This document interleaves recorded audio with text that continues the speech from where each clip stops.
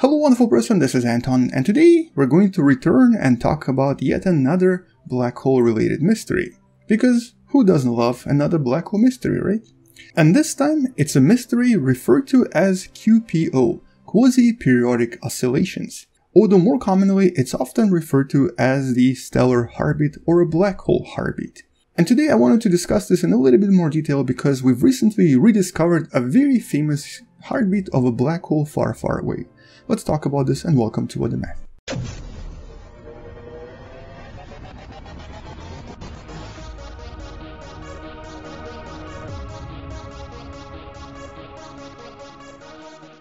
And let's start right here with a visualization of what the scientists observed for many years now, but still cannot really explain why this is happening. If you really look at this, this literally looks like a heartbeat, but except that it's not a heart, it's a black hole. For the past few years, or really close to a decade now, the scientists have been catching these around various types of objects. A lot of white dwarfs have them, a lot of neutron stars, smaller black holes, but there's one that's really famous, and that's around a supermassive black hole known as REJ 1034+396, around 600 million light years away from us. With the original observations back in 2007 and follow-up observations very recently that essentially suggest that this particular black hole still has its heartbeat intact. It's still beating just as it was about 13 years ago from when I'm making this video. But what exactly are these oscillations and how do they differ from object to object?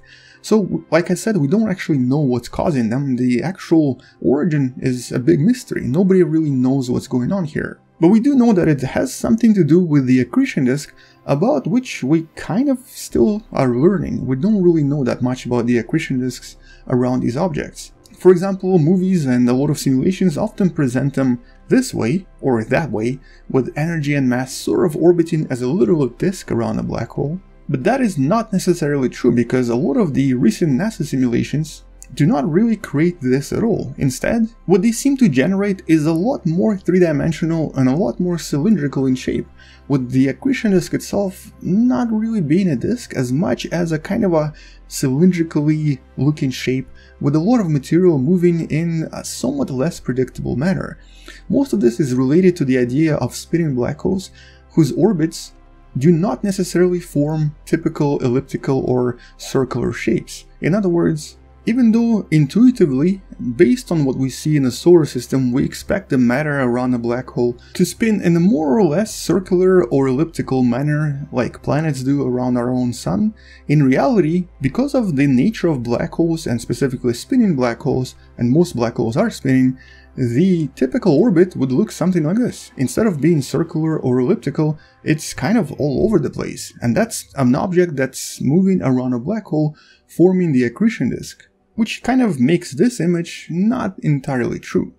But nevertheless, we still obviously do not know a lot of other things about accretion disks as well, and specifically their interaction with the black hole itself, their interaction with a lot of physical effects, and of course their interaction with possibly other objects like stars, planets, or even asteroids orbiting around a black hole as well. So in reality, a lot of these different things can explain why we're seeing these QPOs or heartbeats.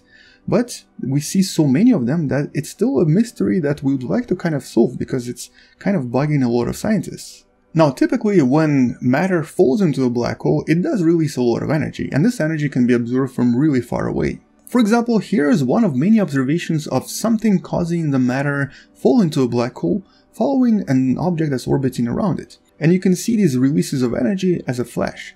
But a lot of these flashes are not really predictable, they're not really repeated in a way where you can see the pattern, so they're more chaotic, and these are usually very easy to explain.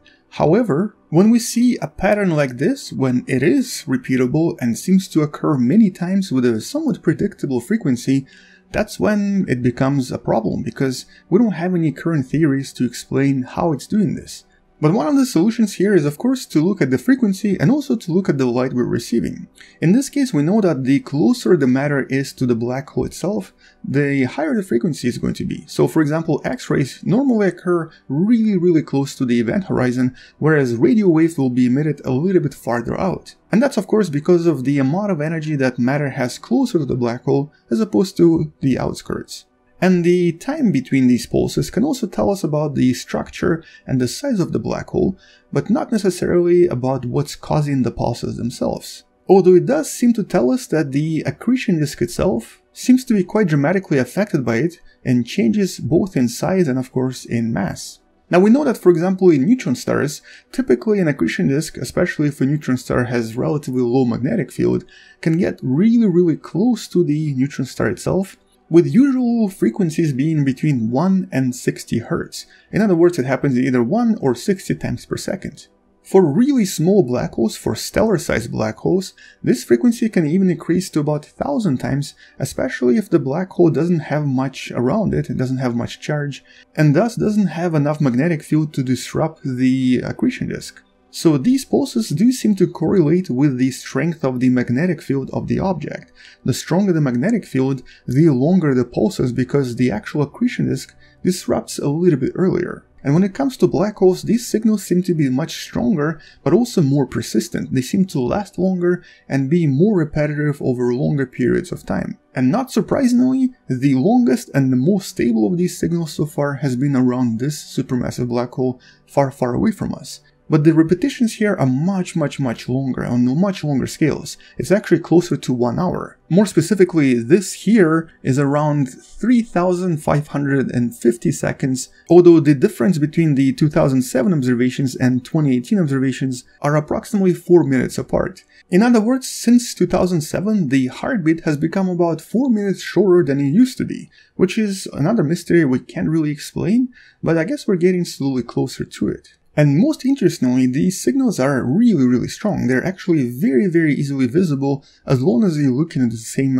part of the night skies. And because these changes are so dramatic and so high in energy, that's kind of why we actually want to know what's causing it. Mostly because whatever is causing this is ridiculously powerful as well. And although technically we could explain this as some sort of an object orbiting around the black hole and losing just the same amount of mass every single time it orbits around it, that would be really strange. It just doesn't seem natural for, I guess, a star or a planet to lose just the exact amount of mass every single time it passes around the black hole.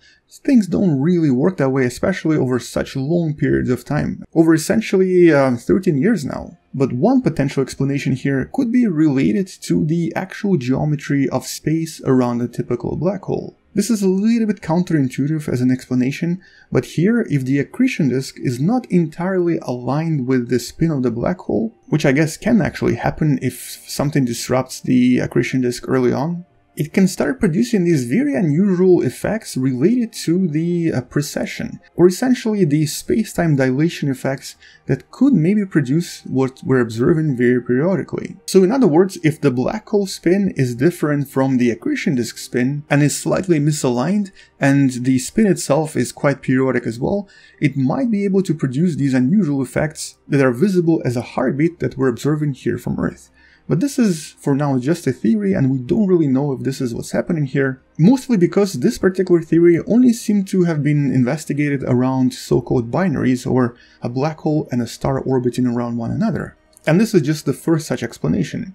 In reality, we actually have no idea what's causing it, and for all we know, it could be something completely different, some other unusual object that we've never really thought about before. And so what it all comes down to at the end is that it's another mystery, another really cool phenomenon of black holes that we can't explain, and I guess in some sense a really cool observation of a heartbeat around a distant black hole. And if you'd like to learn more details about this black hole or about the investigation, check out the paper in the description below. But for now, we're just going to add this as yet another mystery that's unexplained somewhere out there in the universe. But because these QPOs or Quasi Periodic Observations have been observed around other objects, at some point I'm sure we'll find a way to explain all of them all at once. Mostly because they're probably caused by something very specific, something that all black holes, neutron stars, and even white dwarfs seem to possess. We just don't really know what it is yet.